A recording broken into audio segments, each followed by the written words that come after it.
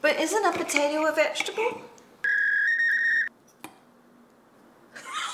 Two things. Most people don't make this correctly, and I don't usually have guests in here, but I need the help of a true Southerner who taught me how to make this. Mom, please.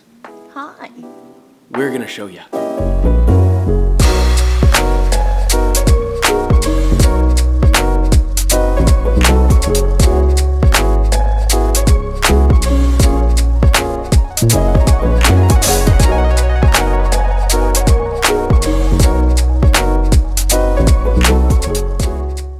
So chicken fried steak, it's a Southern thing that people don't mess with. It's like the whole you don't mess with pigs, all right, brother?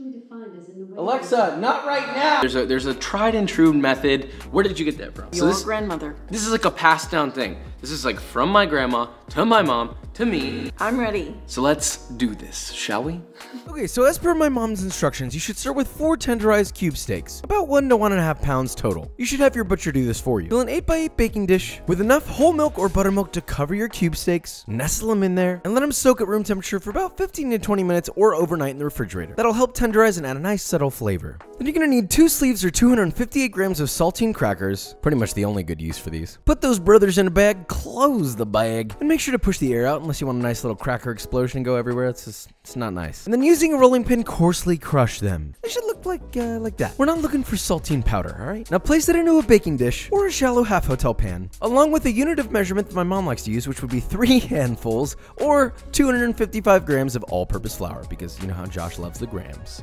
And it's not a drug thing, all right? Stop making those jokes. To that, you're gonna add a generous amount of salt, somewhere around 2 to 3 tablespoons or 40 grams, and a generous amount of fresh cracked black pepper. Mix all that together until thoroughly combined and you've got your dredge. Now in a deep 12-inch cast iron skillet, or something like that, you're gonna fill that with oil until it's about 1 inch high. Please use oil that is suitable for frying. Then just heat that over medium-high heat until it begins to shimmer. Now in the meantime, while that's heating, take your meat out of the milk, let it drain a little bit, place it in your dredge, cover it with the dredge, and then firmly press. You want to aggressively get this in there, really make sure you get in every nook and cranny so it soaks it all up.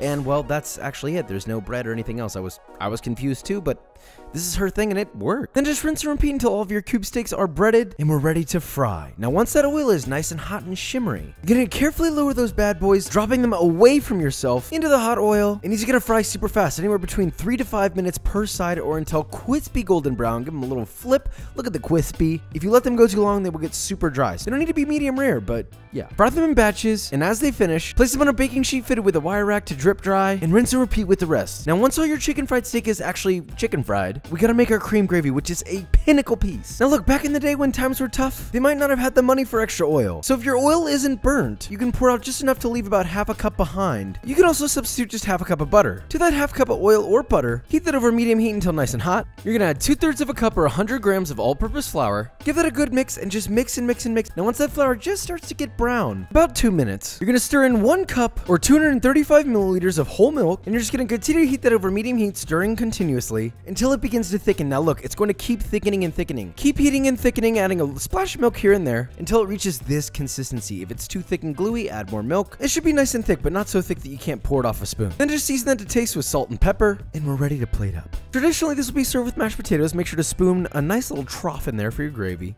followed by your chicken fried steak, potentially some green beans if you have any. Hit the steak with gravy, hit the mashed potatoes with gravy, finish with fresh cracked black pepper, and that's the darn thing, brother. This is like my childhood right here, Brother. Listen carefully. Okay? This is how I did it when I was a kid, actually. I always used the gravy boat as the dipping spot. Well, You really always outdo yourself with this one. It tastes exactly like when I was a kid. This is a really unique crust. You have to have the saltine frickin' crackers. you do. You want some? Well, yes, I was wondering if you were ever gonna let me flop a lip on it. My mama would be proud. She would definitely be proud of this.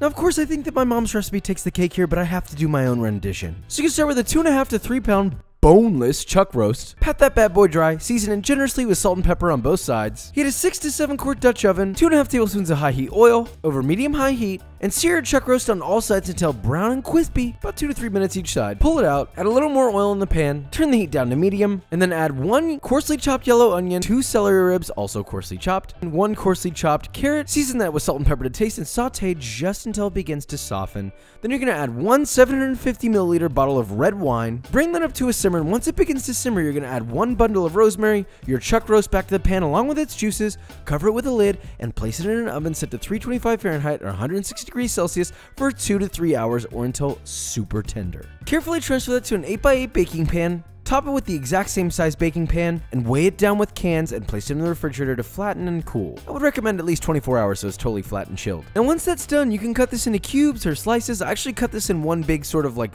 thick Snickers bar shape. We're gonna bread this katsu style, so we have our 3-tier breading system here. First, you're gonna toss it in all-purpose flour, then in 1 beaten egg. The egg is beaten, I mean, not like don't beat it up, but you know what I mean. And then finally in panko breadcrumbs, aggressively pressing so it's coated all on every little crevice. Then you're gonna heat a medium-sized pan, fill with about 1 inch of oil, just like before, over medium-high heat. Yes, exact same procedure. And then you're gonna fry it on all sides until golden brown, crispy, and hot on the inside. And well, that's it. Now, for the sauce, instead of doing a modified cream gravy, I decided to totally change it to a spicy, garlicky gastrique. Now this is actually a modified version from a restaurant I used to work at, which by the way, they're doing delivery, Uchiko, all these great places. Please make sure to support your local restaurants. Sorry, off my soapbox. Anyway, in a medium-sized saucepan, you're gonna add half a cup or 100 grams of granulated sugar and half a cup or 120 milliliters of rice vinegar. Bring that up over medium-high heat to a rapid boil, and you're gonna boil that just until it reaches a syrupy consistency. Watch, because this will over-reduce and turn into a brick if you let it. Now let that cool slightly, and then to that you're gonna add 1 to 2 Fresno chilies finely sliced, 3 cloves of garlic also finely sliced, the zest of 1 Meyer lemon, and fresh ground black pepper to taste. For one, this stuff looks beautiful, but it also tastes beautiful.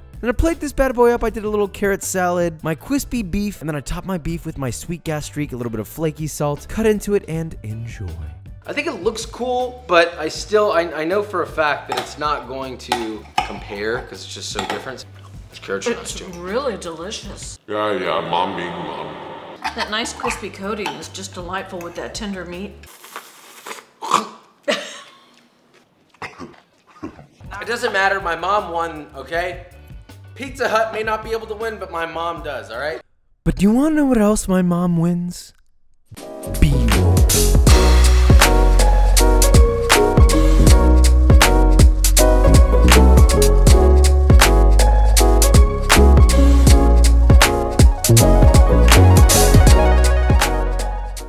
Oregon. I just hit my nose.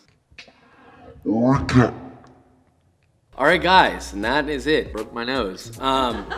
Here, come here. So we made chicken fried steak. I broke my nose. Blood sauce. I think that could be a fun little piece of cuisine. I think we did a pretty good job. I think that my mom's method is better no matter what I do. I can always put in my own fancy ways of doing things, but the original ways, it's just too nostalgic. So this is the first time that I've had a guest in my actual living quarters. Naturally, it made sense to have my mom come and do it. So everybody give a nice round of applause for my mom, because she deserves it. She's the greatest. If anybody says anything, I will find you and I'll Bring my boning knife and I'll remove all of your limbs one by one. Anyway, with all that said, if you enjoyed this video or you learned something, leave a like, subscribe, and I will see you next time. You might want to make sure.